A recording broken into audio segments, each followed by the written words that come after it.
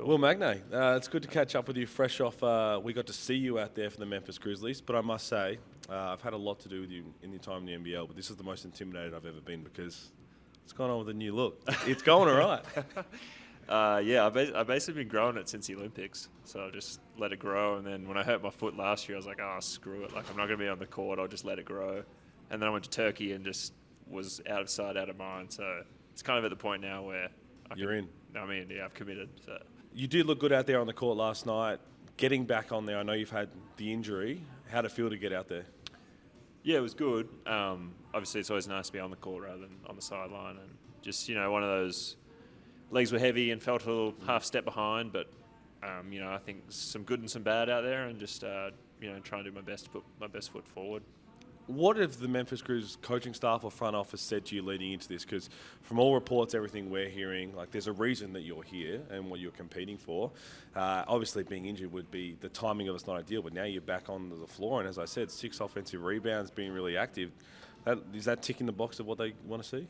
I think so. I think obviously they had a few unfortunate injuries with Zach and Jaren, and I think they're looking for some bigs that can hold down some rebounding and some physicality. And the conversations with them have all been positive. And I think if I can just go out and sort of do what I do on a nightly basis, in the NBL, then I think I'm putting myself in a good position to,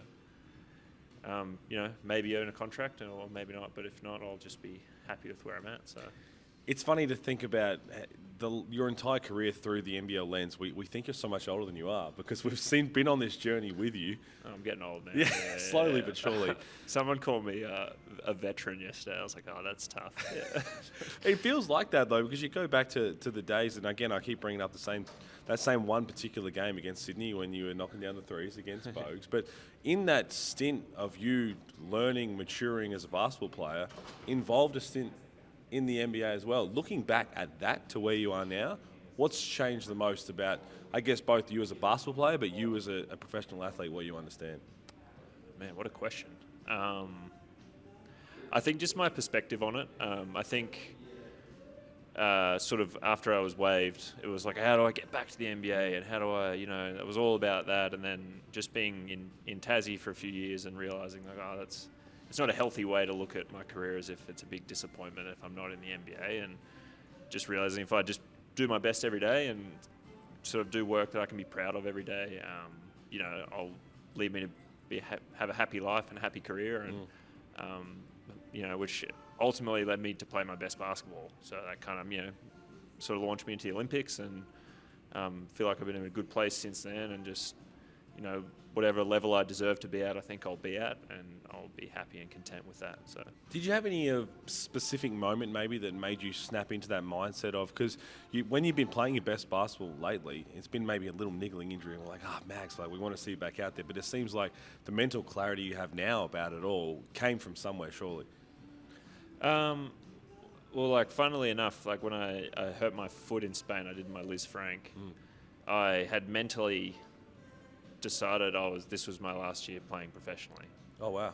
And then I was like, I'm just going to have fun. I'm going to go out there and rip in and just enjoy the boys and enjoy the team. And, because, at that time I was like, my body's not holding up. I can't do it. And, but I think it led me to like, all right, if I'm giving it one last shot, I'm giving it one last shot. And I really locked in and did my foot right and got good. My body felt good. And yeah, just went up from there. And obviously that mental shift of, I think like I don't have to do this, like I want to do this, I think clicked, and it's sort of ever since then it's been a lot clearer for me that I really do enjoy coming in and working, and the little maintenance and rehab stuff, like I don't mind doing as much anymore because it's, I get to do the best job in the world and have fun doing it. So.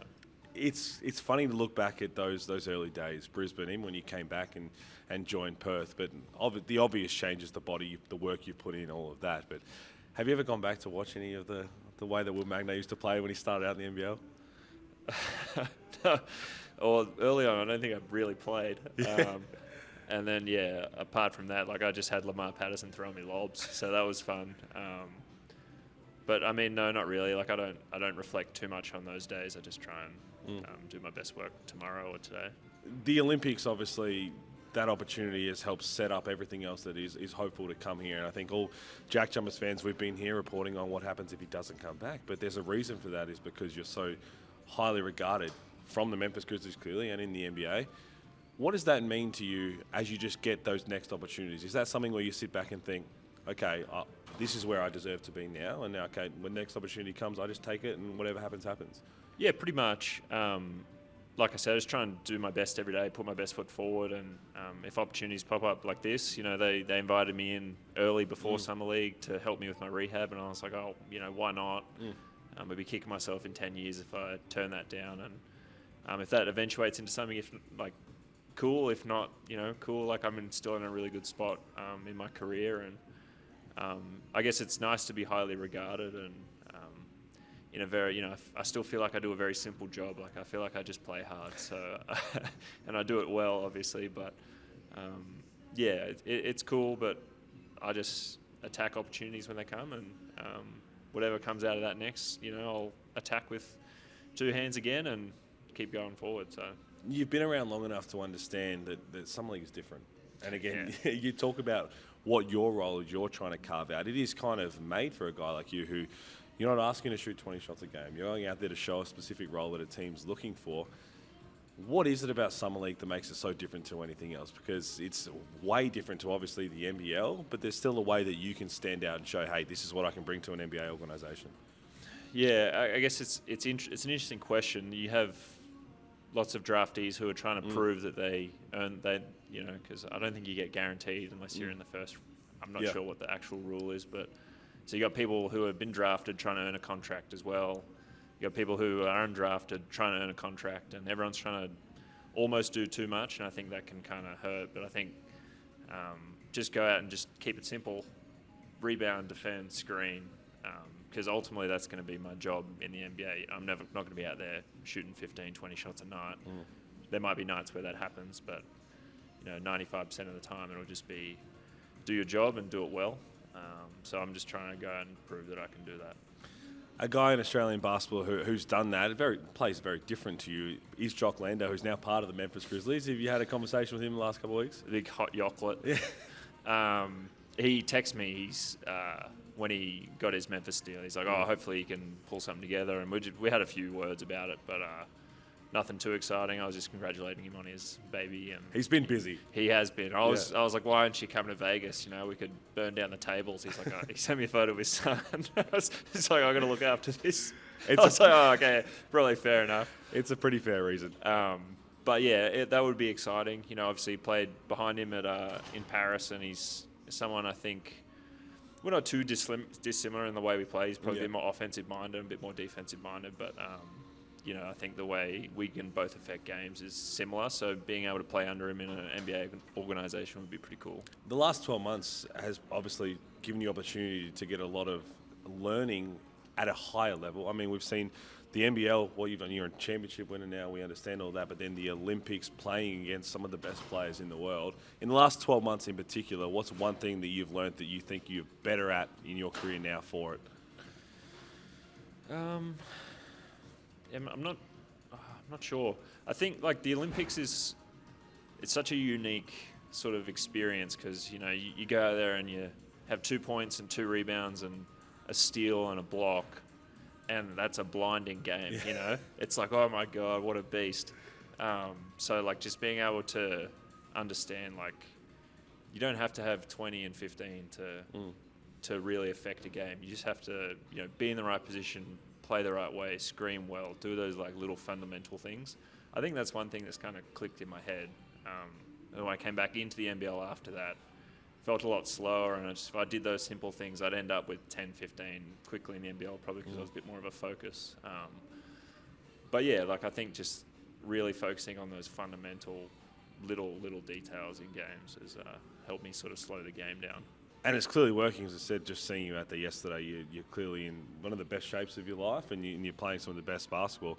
With that being said, is this something you look at yourself now that the wrist is good? Are you feeling as good as you look? Yeah. Do I look that good? No, all you do. I mean, the hair is one thing, but putting it on there, and a lot of people in the comments yesterday have just you look like someone, as you said, you put in that time understanding with your body and what it takes, and the rest of it comes with that because you are someone who's just dedicated and plays hard. Yeah, I think I haven't really had a break. I think is another thing. You know, I was rehabbing crazy in Tasmania, trying to get back just in case we made the playoffs. You know, I would have been ready to go. And from there, I went straight to Turkey and played another season, and then basically went straight to Memphis. So like I've been going and I'm in shape. So just trying to keep my body at a level that it'll operate, at a high level is a big focus of mine, and just also learning how to do it still. I'm old now. You're not really. I'm a veteran. But yeah, it's still a learning process, and what works, what doesn't work, and I feel great, and hopefully can just put a good performance on tomorrow, and then back up it whenever we play again the next time. Lastly, on that, understanding is you're right there, and it feels like, okay, I'm close to getting back to that goal that I want to achieve of being in the NBA.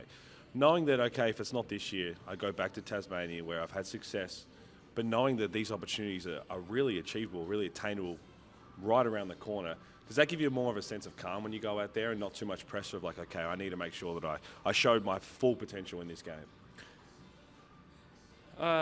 Yeah, like yes and no. Like I try not to look at the opportunity and just try and look at like the fundamental stuff I can do.